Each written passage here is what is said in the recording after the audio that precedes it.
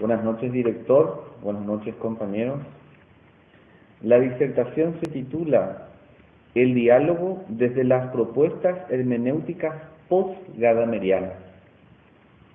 La disertación se titula de esta manera porque busca promover nuevas propuestas ante nuestra realidad social. Cabe preguntarse si en el actual ambiente podemos dialogar. ¿Qué aportes podemos dar desde la hermenéutica hecha después de Gadamer en pro de un diálogo constructivo? Si la subjetividad de un grupo, persona, es tenida en cuenta en el momento de un diálogo, o el diálogo se vuelve imposición del más fuerte.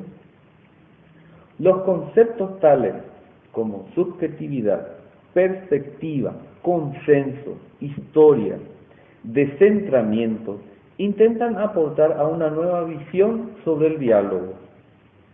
Finalizamos en esta disertación sobre las posibles obstrucciones que pueden impedir el diálogo, tales como el interés de estar en la razón, los medios masivos manipulados por intereses y la misma sociedad que se ha vuelto acrítica. En esta disertación podríamos tener las palabras claves tales como subjetividad, imposición, verdad, historia, consenso, perspectiva, descentramiento. Nos hemos preguntado por la subjetividad del otro cuando dialogamos. Si el concepto diálogo exige intercambiar palabras entre dos personas, cabe preguntarnos si no nos confundimos con el término monólogo. Esto es, la palabra de uno, mientras los demás se sientan a escucharnos. Cuando nos sentamos a intercambiar palabras, sería interesante reconocer que el otro también tiene un mundo interior marcado por experiencias diferentes a las mías. Así como yo tengo experiencias marcantes, el otro también tiene un universo interior propio. Nadie como él tendrá ese mundo interior. Tengamos en cuenta, como piensa Heidegger, que somos seres determinados por la temporalidad. Somos condicionados por nuestra propia historia. Es comprensible que encontrándose dos personas tengan visiones totalmente diferentes, incluso antagónicas.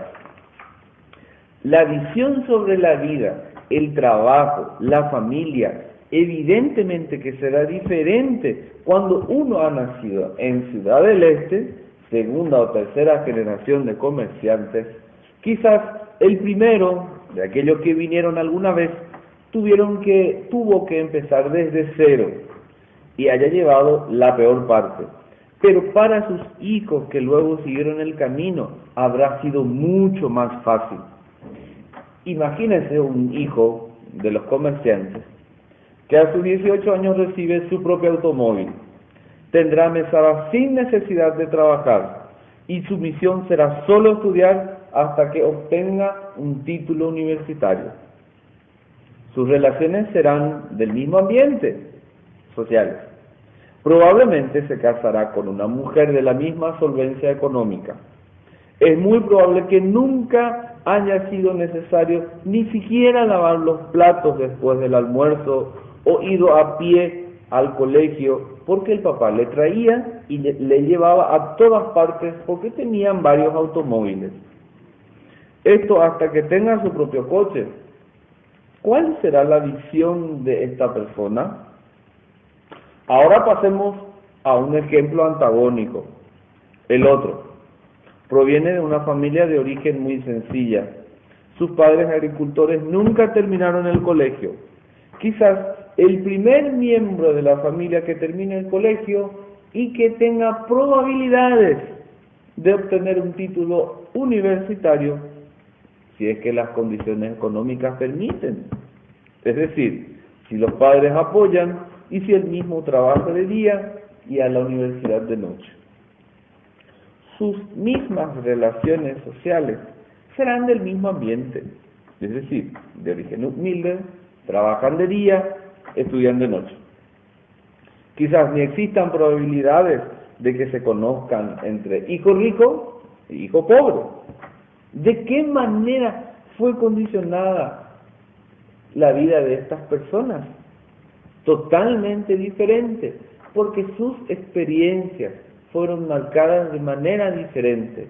Su historia dice otra cosa. La historia del rico comerciante que tiene todo es otra. Por eso sus visiones serán totalmente diferentes. Ninguno de los dos estará mintiendo cuando expresen sus perspectivas. Para ellos será una gran verdad lo que ellos piensan. Ahora, el problema surgiría cuando los dos quieran imponerle al otro su propia perspectiva. Y de ahí surge la pregunta. Cuando dialogamos, nos preguntamos qué mundo interior tiene el otro y el otro se pregunta por el mío. Pasemos a la segunda parte. Si es que todo esto criticamos, entonces tendríamos que preguntarnos. Dialogamos. Cuando nos sentamos un tú a tú, ¿realmente existe un diálogo? ¿Qué diálogo habrá cuando nos sentamos a dialogar ya viniendo con nuestros propios prejuicios determinados? Sería que sentando a dialogar, pero ya sabemos a quién condenar y quién es el justo. Y el otro estará equivocado porque piensa diferente. Podríamos darle el mote a esta situación de monólogo. Cuando leemos los medios informativos y encontramos la situación en que se encuentran las etnias en el Paraguay, que se quieren dejar la plaza para que sean expulsados del lugar, cuando protestan porque sus tierras les fueron expropiadas por colonos, o cuando se sienten marginados por ser indígenas, porque el indio es de la selva o son ignorantes, quizás podríamos preguntarnos si existe en estas circunstancias una probabilidad de diálogo. Cuando nos encontramos con colonos, raciguayos, protestando a través del tractorazo, porque unos campesinos sin tierra invadieron sus plantaciones, ¿quién tiene en cuenta la subjetividad de los más pobres cuando mandan los ricos? Los medios informativos, como era de esperar, expresaron su verdad a favor de los colonos o a favor de la municipalidad que propuso enrejar las plazas. Es muy notorio que en estas circunstancias diálogo alguno no habrá. Todos buscan imponer sus propios intereses. ¿De qué manera podríamos construir la verdad cuando vemos que los demás están equivocados? Cuando solo tenemos en cuenta nuestra propia subjetividad, justificando que nuestra visión es objetiva, o cuando solamente se les impone una verdad a través de los medios de comunicación que también responden a intereses particulares.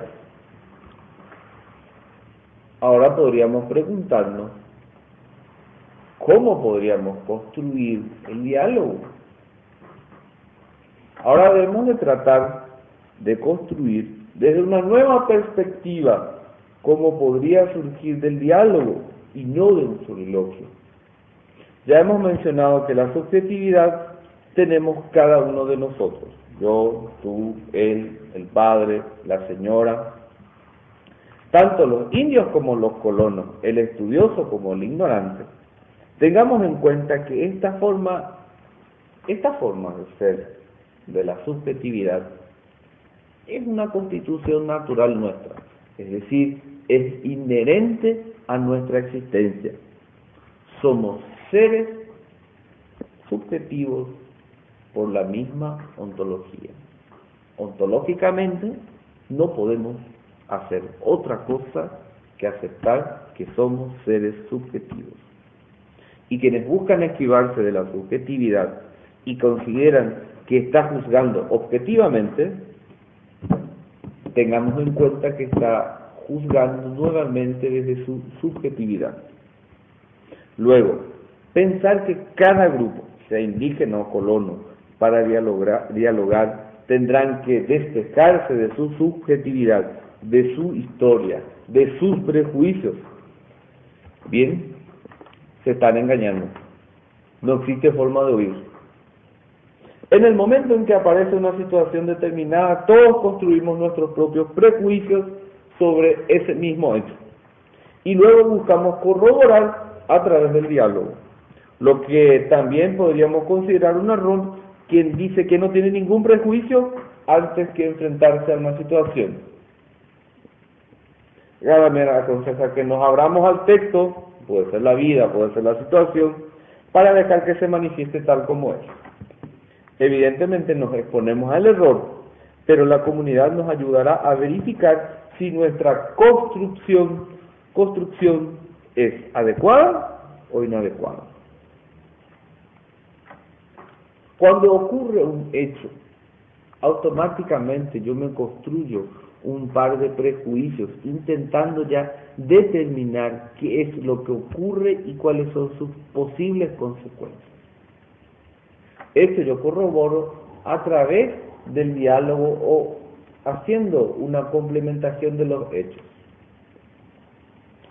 No podemos nosotros mentir de que cuando sucede algo no tenemos prejuicios.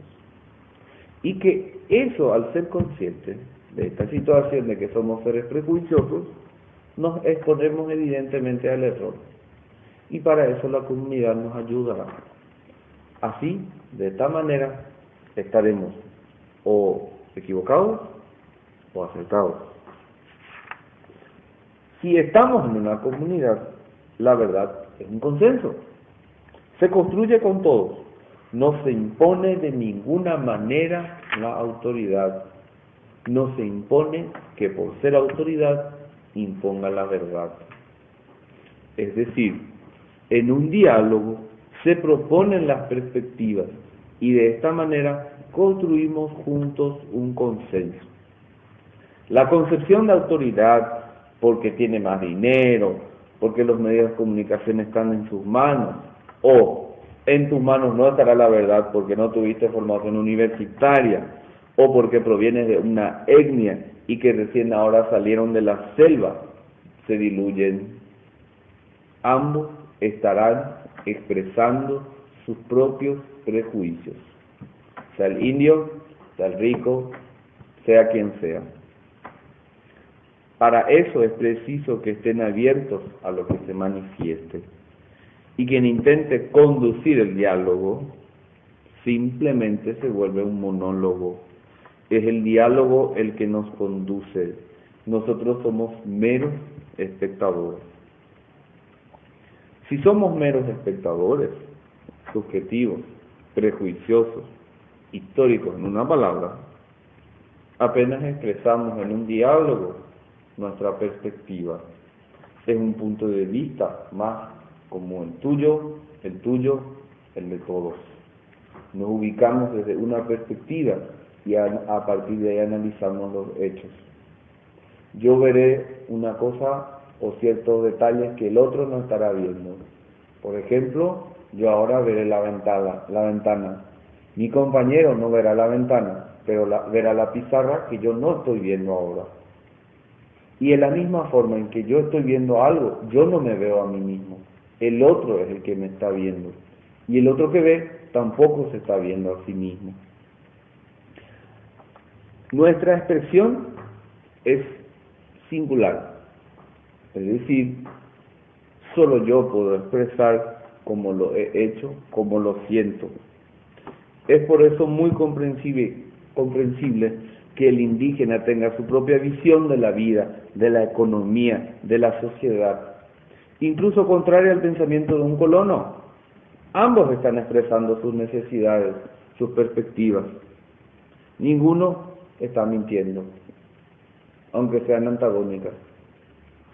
La conciencia de que expreso mi singularidad a la pluralidad, la comunidad, exige de mi parte ubicarme en el decentro. Es decir, yo no soy el centro, es el relato, acción, el que se vuelve centro. Y de esta forma construyo un verdadero consenso. Caso contrario, sería una imposición. Consideraciones finales.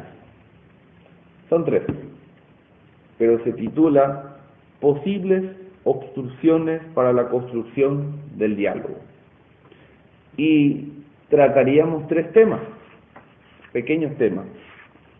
El interés de estar en la razón, los medios de comunicación al servicio de la verdad, entre comillas, y tercero y último, un pueblo acrítico.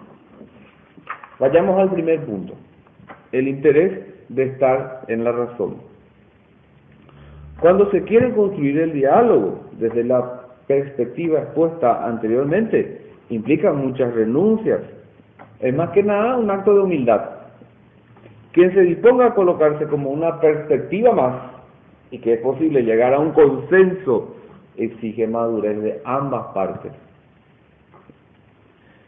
Existe un interés que se juega cuando los indígenas se manifiestan por las calles de Asunción, como también cuando los colonos hacen su tractorazo, o cuando los denominados sin tierras invaden tierras consideradas o denominadas fiscales. Pero no solo ellos, también los medios de comunicación cuando informan sobre el mismo hecho, y lo mismo cuando los miembros del gobierno desoyen estas mismas situaciones. ¿Quién quiere perder su razón? ¿Quién quiere decir yo puedo equivocarme? ¿Quién quiere perder sus intereses en estas circunstancias? Es decir, siempre existe un interés al cual no queremos renunciar.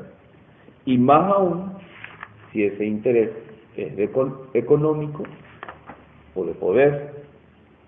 Es lógico si existe en una sociedad la legalización de estar en la razón, nunca será inocente. En estos casos sería más difícil construir un ambiente de diálogo cuando solamente se busca proteger intereses por encima del bien común. Entonces, preparémonos probablemente para que en el futuro tengamos más invasiones de tierra, tractorazos, invasión de indígenas en la ciudad, o sea, porque se manifiestan o pidiendo limosna, hasta secuestros y formación de guerrillas. Si vemos que la verdad se impone, entonces esta forma de pensar excluye a muchos, porque justamente se impone. La gran pregunta sería, ¿quiénes imponen y por qué imponen de esta manera? Segundo subtítulo, los medios de comunicación al servicio de la verdad. Verdad entre comillas.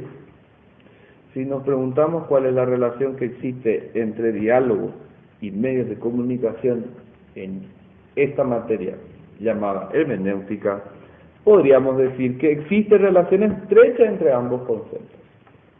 Primero, los medios de comunicación tienen la posibilidad de formar opiniones. Lastimosamente, esta opinión no se queda en la mera opinión, en la mera doxa, sino se convierte en la verdad. Y todo lo que expresa un medio o los medios se convierten en la gran verdad porque la población lo consume. Y lastimosamente esta verdad se vuelve indiscutible. Segundo, los mismos medios no están exentos de intereses. Muchas veces el interés principal es vender o hacer escuchar la versión de quienes conforman el poder de facto y consecuentemente hacer creer que esa verdad es una verdad oficial.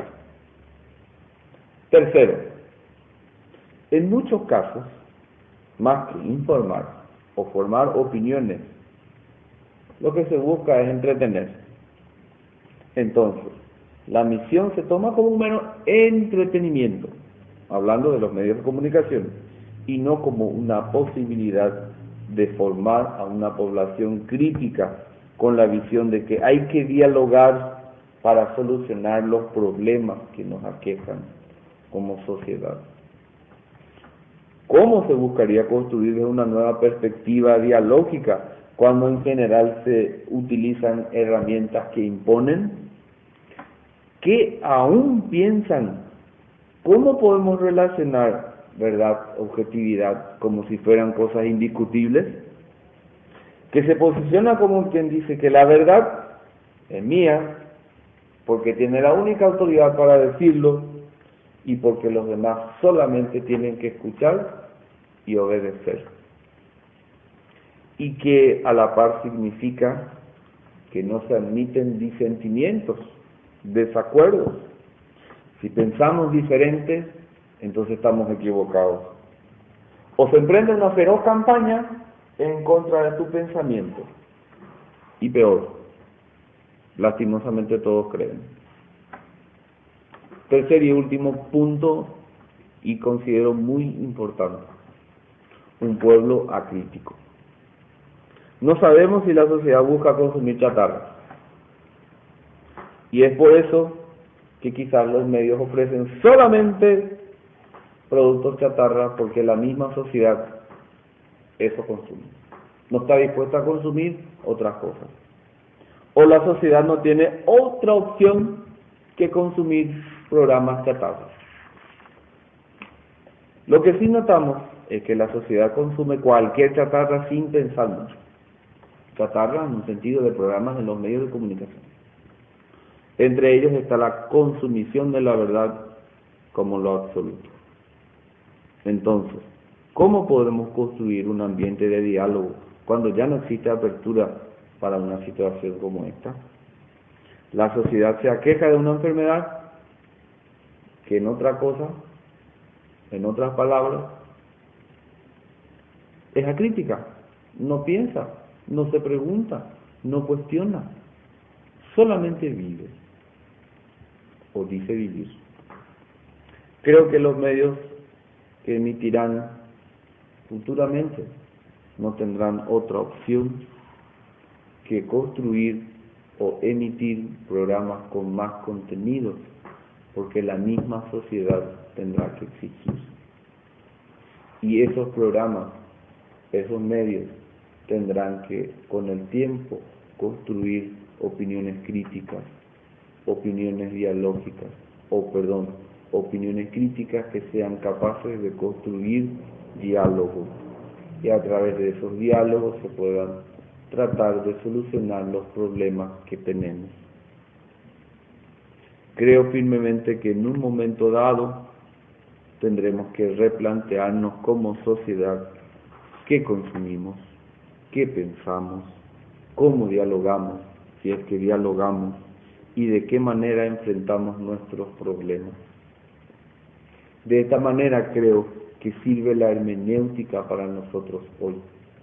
De esta manera considero que la hermenéutica se puede aplicar en esta sociedad, en nuestro pequeño mundo. De esta manera considero que valieron los esfuerzos de tantos pensadores para que hoy nosotros podamos discutirnos sobre estos puntos, que por lo menos desde mi punto de vista son fundamentales para hoy y para mañana. Muchas gracias.